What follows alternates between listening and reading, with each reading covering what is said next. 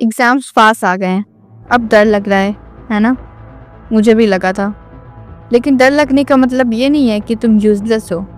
इसका मतलब ये है कि तुम अपने एग्ज़ाम्स के लिए सीरियस हो।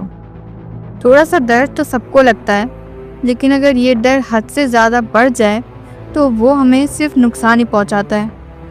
एग्ज़ाम हॉल के बाहर पहुंचते मेरी हालत भी कुछ ऐसी थी, बहुत ज़्यादा नर्वस और एंग्शियस।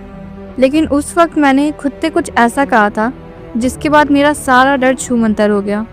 और फिर मैंने बिना किसी टेंशन के अपने सारे एग्ज़ाम्स दिए और अच्छे मार्क्स के साथ पास भी हुई।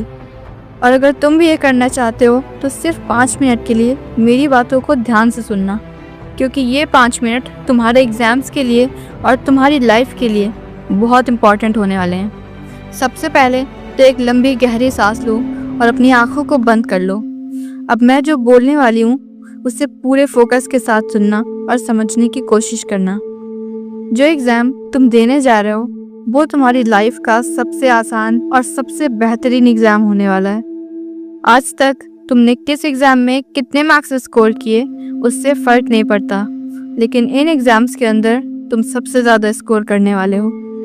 याद करो एग्ज़ाम्स के कुछ दिन पहले का वो टाइम जब तुम सब कुछ छोड़कर दिन रात सिर्फ पढ़ाई कर रहे थे और इतना जी जान से मेहनत कर रहे थे कि कभी कभी तो घर वालों को भी कहना पड़ता था कि बेटा थोड़ा आराम कर लो और कितना पढ़ोगे।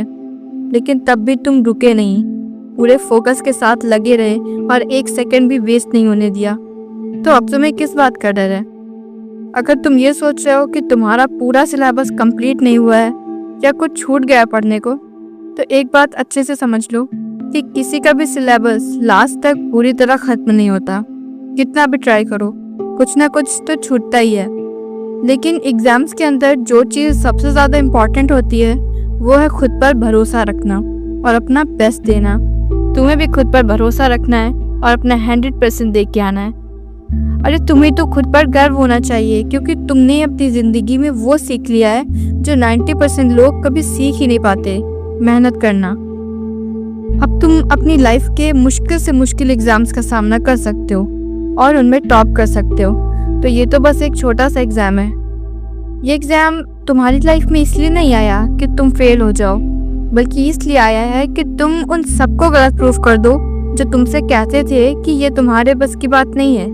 और वैसे भी वो कहते हैं ना कि जीतने का मज़ा तभी आता है जब लोग तुम्हारी हार का इंतज़ार कर रहे हों। और इस जीत की तैयारी तो तुम ऑलरेडी कर चुके हो और अब टाइम आ गया है उसे साबित करने का। जब भी तुम्हें डर लगे ना तो बस एक बार अपने मम्मी पापा का चेहरा याद कर लेना और उनके अंदर की उस उम्मीद को याद कर लेना जो उन्होंने तुमसे लगाई है। इसके बाद तुम्हें कुछ और सोचने की ज़रूरत नहीं पड़ेगी। और अगर तुम ये सोच रहे हो कि लोग क्या सोचेंगे, तो मेरी ये बात हमेशा याद रखना कि तुम्हारा रिजल्ट कुछ भी आए, कुछ टाइम बाद किसी को भी, और इवन तुम्हें भी इस बात से फ़र्क नहीं पड़ेगा कि तुम्हारे कितने मार्क्स आए थे। इसलिए आज और अभी जो वक्त है वो तुम्हारे हाथ में है और तुम्हें बस अपना बेस्ट देना है। इसके अलावा और कुछ भी नहीं सोचना है। तुम खुद सोचो यार, तुमने आज तक जितने भी एग्ज़ाम दिए हैं उनमें भी तुमने लास्ट मोमेंट पे पढ़ के बहुत अच्छे मार्क्स अचीव किए हैं, और ये भी तो एक एग्ज़ाम ही है ना।